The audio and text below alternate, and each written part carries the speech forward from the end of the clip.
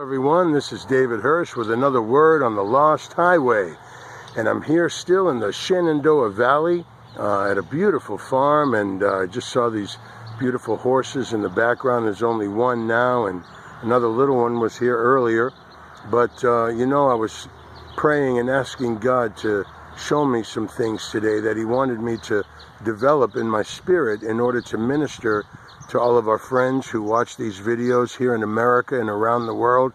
And immediately the Spirit of God began to speak to me about the matter of disappointment. Now let's face it, everyone, disappointment is a reality in life.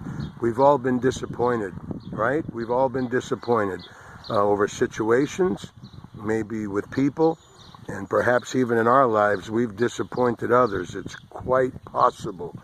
And, I remembered a very dear friend of mine. I was remembering a song he wrote. A very dear friend of mine, Phil Keaggy. Some of you may be very familiar with Phil. No doubt one of the most anointed, in fact, I believe one of the greatest singer, songwriter, guitar players of our generation. In fact, of many generations. There's only ever going to be one Phil Keaggy.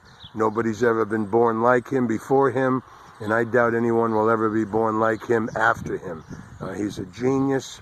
He's articulate in his style, his playing, his mind, his love for the Lord, and the many people he's touched around the world. And I say that to say this: when he writes by the Spirit of God, and I'm very thankful that we're friends and that he's working together with me as we co-labor on our project on the album A Different Dream with my band, The Key of David. Anyway, back to the topic. Phil wrote a song many years ago. I think it was on his Love Broke Through album. I could be wrong, but I think it was, and it was called Disappointment. Now, here's the lyrics that he wrote.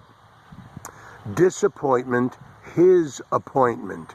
Change one letter, then I see that the thwarting of my purpose is God's better choice for me. Let me say that again. Disappointment, his appointment. Speaking of the Lord. Disappointment, his appointment. Change one letter, then I see that the thwarting of my purpose is God's better choice for me. It's true, dear friends. There are going to be times of disappointment. I don't have to convince you or persuade you. You know it to be true. Now, the thing is that we have a promise from the Lord that all things work together for good to those who love God and are called according to his purposes. And this basically tells us that even disappointment will work in our favor. Now, there's two realities here that I've seen in my life with the Lord. One is that as time goes by, when I've dealt with disappointment, I see down the road how that disappointment did in fact serve the greater purpose of God upon my life.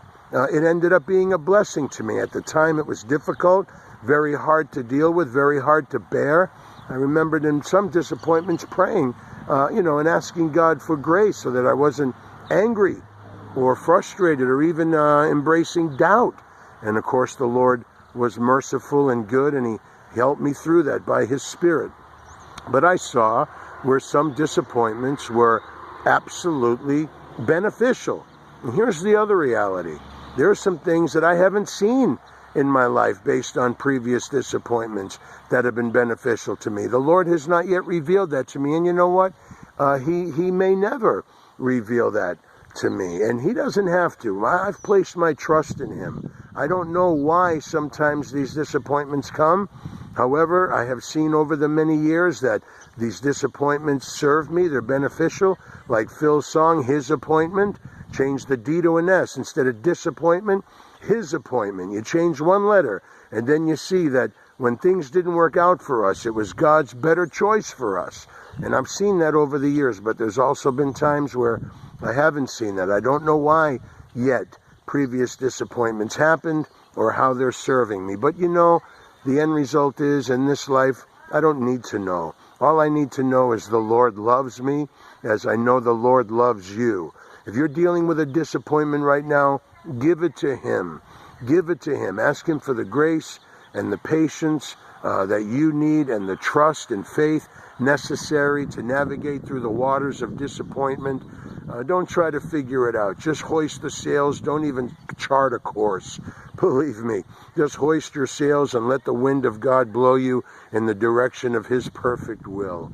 And I know that whether he reveals to you down the road how that disappointment was beneficial for you, or if he never does, we can be sure that his promises are true, that all things work together for good to those who love God and are the called according to his great purposes.